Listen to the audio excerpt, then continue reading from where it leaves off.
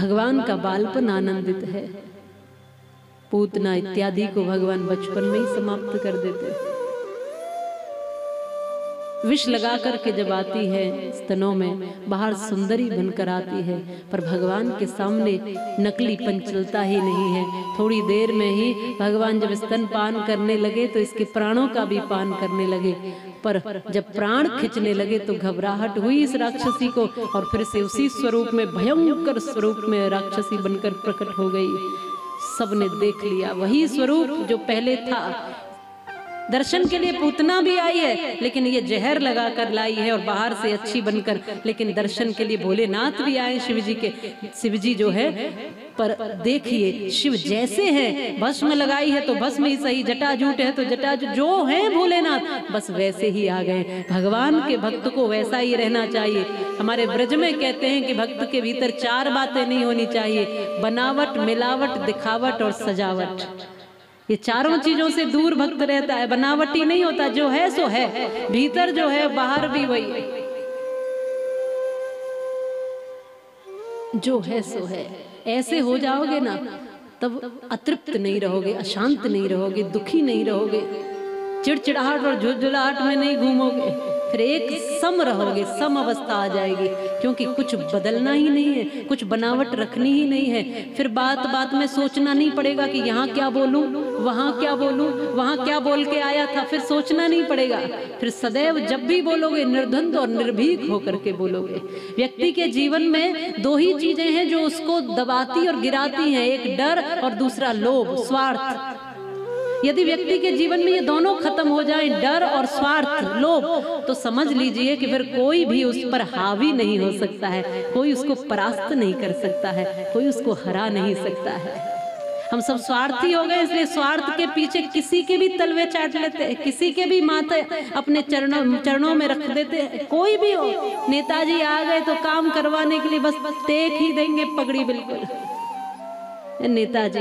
मंत्री जी आ गए तो बिल्कुल बगल में चरणों में ही बैठ जाएंगे, एक फोटो हमारा उनके साथ आ जाए तो जीवन कृतार्थ हो जाए,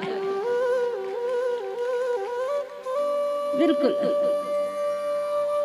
अरे अपना भी तो स्वाभिमान रखिए कुछ। व्यक्ति के जीवन में यदि लोभ और डर, ये 2 चीजें नहीं रहेंगी ना, तो सही बात ये है कि उसको किसी का भय नहीं रहेगा।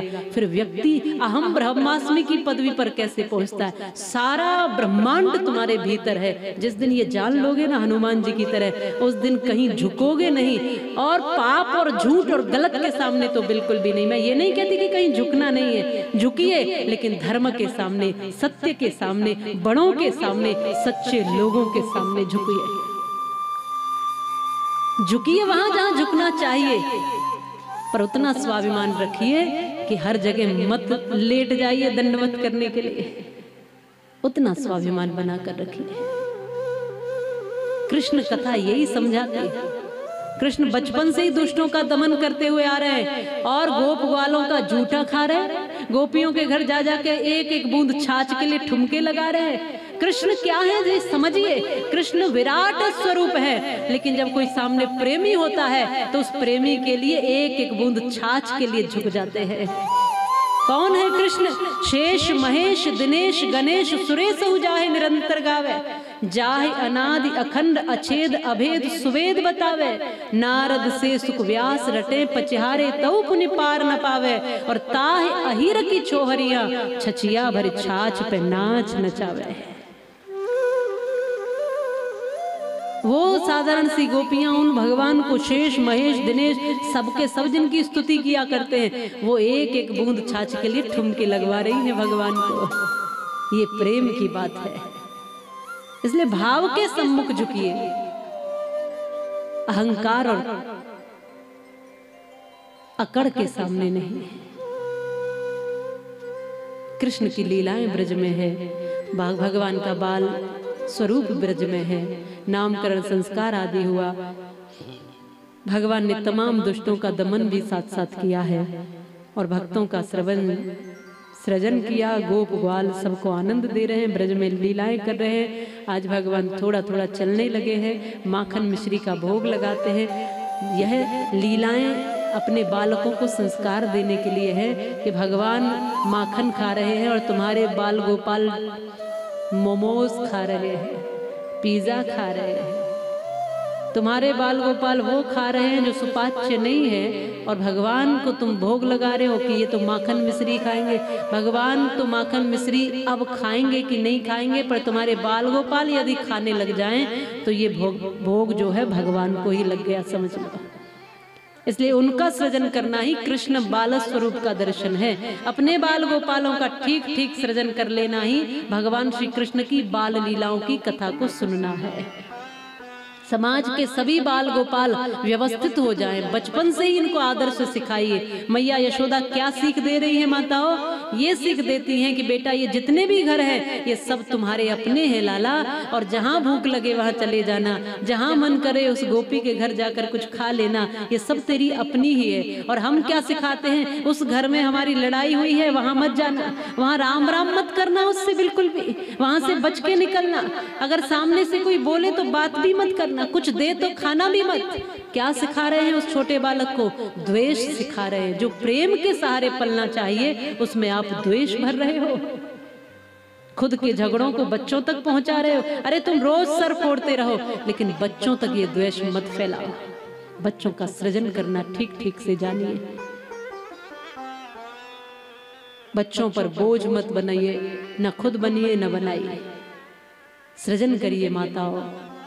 राम कृष्ण लव कुश ध्रुव प्रहलाद पुनः आ सकते हैं, पुनः ऋषि मुनियों का निर्माण हो सकता है। वैसी संतानों को जन्म दीजिए। संतानों आज गलती से पैदा हो रही हैं, अच्छा हो गई तो ठीक है कर ही लेते। संतानें इस तरह से पैदा हो रही हैं। अरे संतानों का सृजन होता था, निमित्त किस चीज के? माता पिता बैठकर सोचते थे कि संतान जन्म क्यों दें, क्यों संतति जन्म देनी है, क्या बनाना है उसको? राजा बनाना है तो राजा के जैसे फिर अपना जीवन बनाना है। साधु बनाना है तो साधु के जैसा अपना जीवन बनाना है। विद्वान बनाना है तो स्वयं माता पिता को वैसा जीवन बनाना है। पहले पूरी तरीके से चिंतन करके विधिवत विधि विधान से संतानों को इस धरती पर लाया जाता था। ये महापुरुष ऐसे ही प्रकट थोड़े हो जाते हैं। इस बात पर चिंतन करिए। देशभक्तों को जन्म दीजिए, भगवान के भक्तों को जन्म दीजिए और उनका सृजन करिए। ब्रज का जो भाव है, ब्रज का जो आनंद है,